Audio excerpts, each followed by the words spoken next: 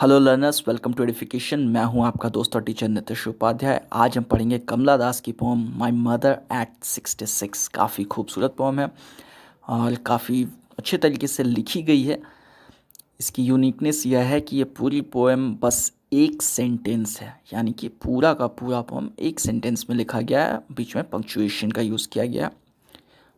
ये ऐसा इसलिए किया गया है ना, ताकि ये दिखाया गया है कि कैसे ये एक ही थॉट का थ्रेड है, यानी कि एक ही विचार है हमारी पोइट के दिमाग में, और उसको उन्होंने पोइट्री में कन्वर्ट किया हुआ है। तो चलिए पढ़ते हैं पोम किस बारे में है। Driving from my parents' home to Cochin last Friday morning, I saw my mother beside me, doors open-mouthed, her face ashen like that of a corpse. कहती हैं कि driving from my parents home to Cochin last Friday morning, पिछले शुक्रवार की सुबह जब मैं अपने माता पिता के घर से कोचिन की तरफ जा रही थी ड्राइव करते हुए कार को, तो मैंने देखा, आई सॉ माई मदर, मैंने अपनी माँ को देखा, बिसाइड मी, जो मेरी बगल में बैठी हुई थी, डोज ओपन माउथेड, उसका मुंह खुला हुआ था और मुंह खोल के वो ऊँघ रही थी, हल्की नींद में थी वो। हर फेस एशन, उसका चेहरा एकदम राख की तरह सफ़ेद या धुंधला पड़ा हुआ था, like that of a corpse, राख की तरह, जैसे किसी मुर्दे का चेहरा होता है। एशन का मतलब धुंधला होना, तो हम कह सकते हैं कि मुर्दे का जो चेहरा होता है, कोर्प्स, लाश का, उस तरह से मेरी माँ का चेहरा धुंधला पड़ा हुआ था, फीका पड़ा हुआ था, सफ़ेद।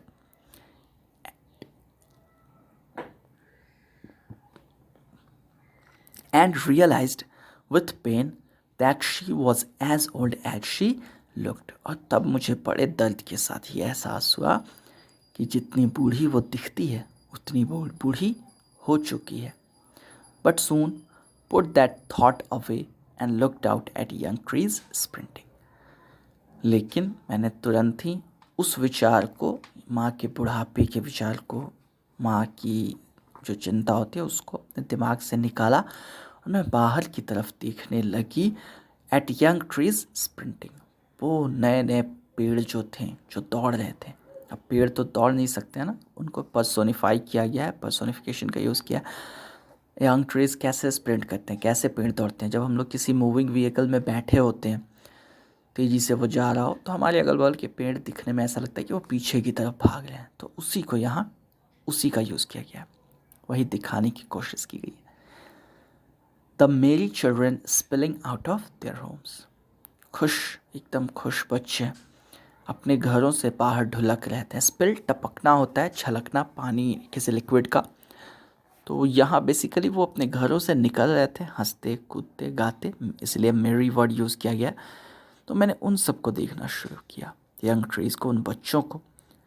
But after the airport security check, लेकिन जब एयरपोर्ट पे सिक्योरिटी चेक ख़त्म हो गया उसके बाद, standing a few yards away, I looked again at her, उससे कुछ दूरी पर जब मैं खड़ी थी, वो मुझसे थोड़ी दूर थी, तब मैंने फिर से एक बार उसको देखा। I looked again at her, मैंने एक बार फिर उसको देखा। वैन, मेरी माँ, जो फीकी सी थी, पेल, चेहरा उसका जो पीला धुंधला फीका सा था, as a late winter's moon, जैसे सर्दियों का चांद, सर्दियों के आखिर का चांद। ऐसा क्यों कहा गया है? क्योंकि सर्दियों का आखिर साल का भी आखिर होता है, दिसंबर का महीना। तो यहाँ सिम्बलाइज़ किया गया है कि उनकी माँ की भी ज़िंदगी का ये लगभग अंतिम दौर ही था, ओल्ड एज। इसके अलावा जब हम लोग देखते हैं ना विंटर में मून को, तो फॉग से वो क्लियरली नज़र नहीं आता, इसीलिए धुंधला हो जाता है। तो उसी चीज़ को यहाँ रिप्रेजेंट किया गया है। तो मैंने देखा मेरी माँ के चेहरे को, सर्दियों के आखिरी चांद की तरह धुंधला फीका, and felt that old familiar एक, तब मेरे दिल में वही जाना पहचाना दर्द उठा। माई चाइल्डहुड्स फियर, मेरे बचपन का वो डर। अब वो कैसा डर था, बचपन का जाना पहचाना डर?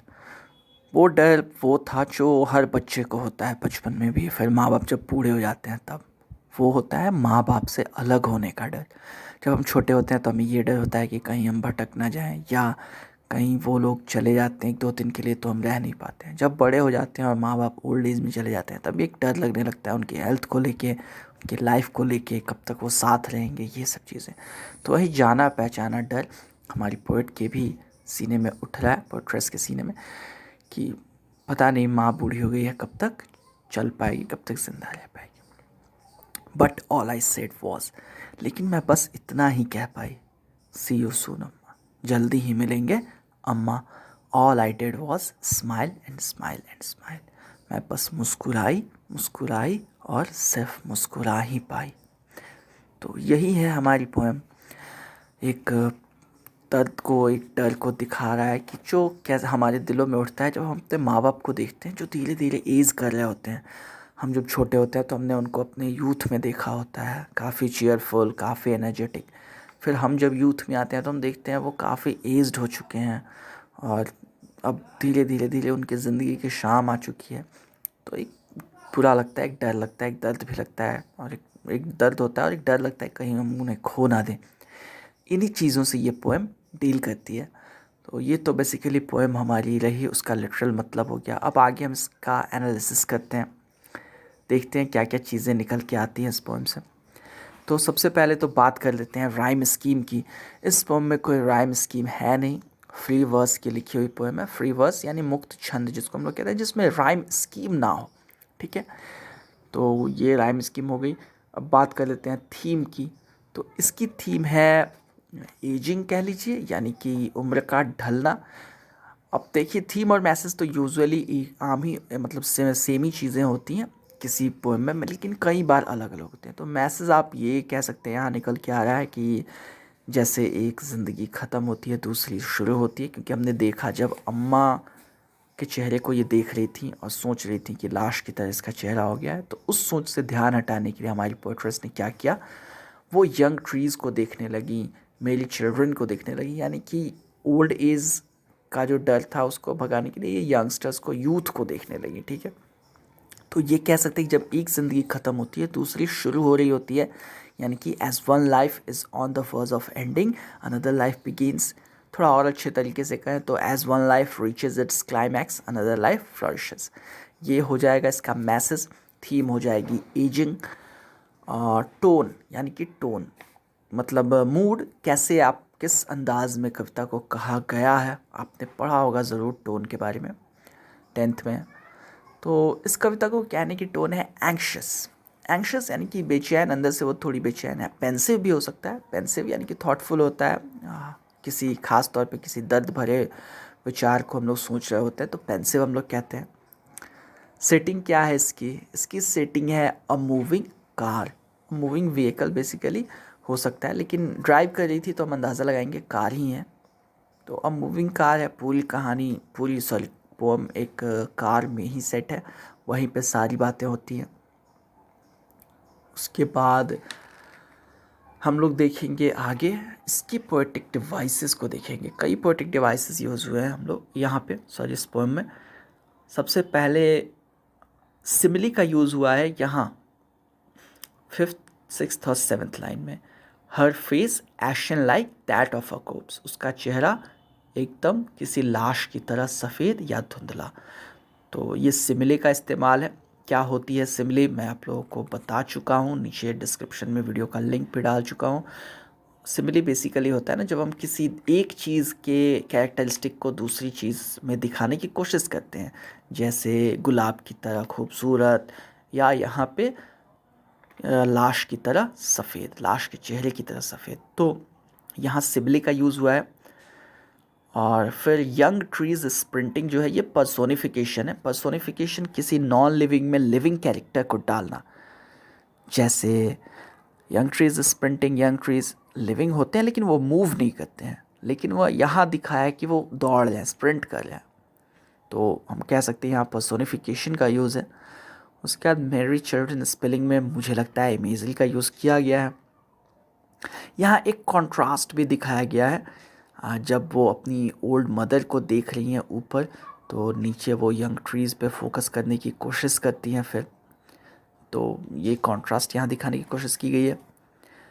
और उसके बाद हाँ, फिर यहाँ सिमिली का यूज़ है as a late winter's moon, यानी कि वैन पेल यहाँ से होगा, wan pale as a late winter's moon. ये पूरा सिमिली का यूज़ है, क्योंकि चांद की तरह, सर्दियों की चांद की तरह उसका चेहरा धुंधला धुंधला, तो ये हो जाएगा।